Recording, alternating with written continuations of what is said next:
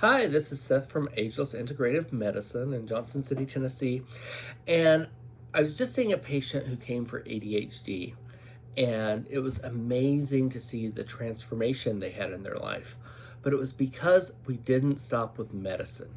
Medicine can help the chemistry, but it doesn't do anything to change the habits, your lifestyle, and other factors that can really affect focus and concentration.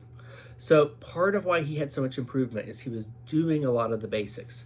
He was started an exercise program. He was taking some fish oil and a multivitamin that had a B complex. He is doing coaching. What the studies show is if you treat ADHD with medicine alone, that there are prolonged deficits in your financial attainment and interpersonal conflict within relationships, like having a larger total number of relationships because you have enough conflict that you break up more often, in number of jobs you have, like changing jobs frequently because of boredom or not being able to function in a job. So medicine is a part, but if you're going somewhere where they're only doing medication, you're only getting a piece of the treatment that's available to you. So I really encourage you to think about doing some coaching, to think about working on your nutrition and your lifestyle. All the things that make you healthier also help you focus better.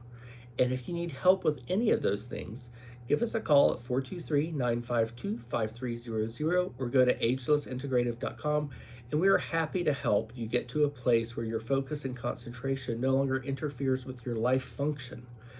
You know, the goal is not just to help you feel like you are able to concentrate.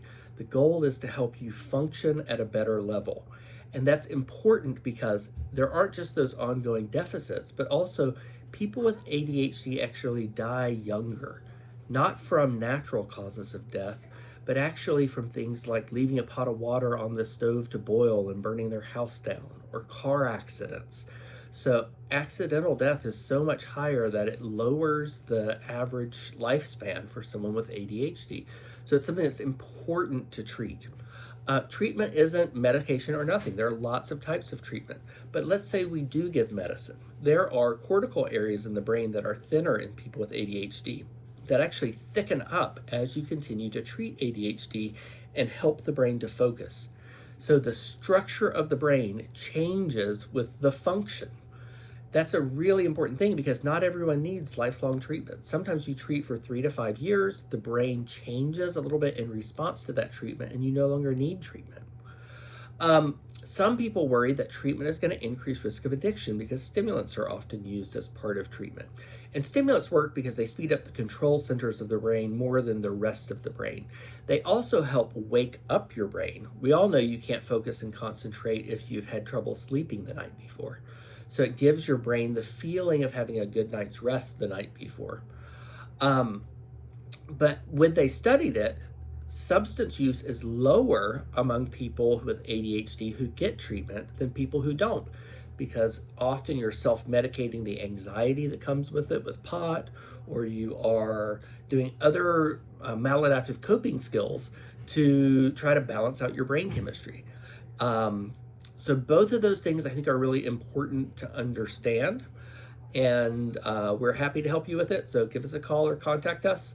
If you want to do just coaching, schedule with April Stevens. She is amazing. I'm biased. She's my sister. She trained at Duke University, and she's an executive function coach that does integrative health and wellness. So she helps you look at your whole life and create habits that are supportive for creating the life that you want to live. I do more medication management, but I do herbs, supplements, medications, advanced lab testing, and sometimes no one ever does any of that lab testing. Well, guess what? Low iron makes it so you can't concentrate. Low B vitamins make it so you can't concentrate.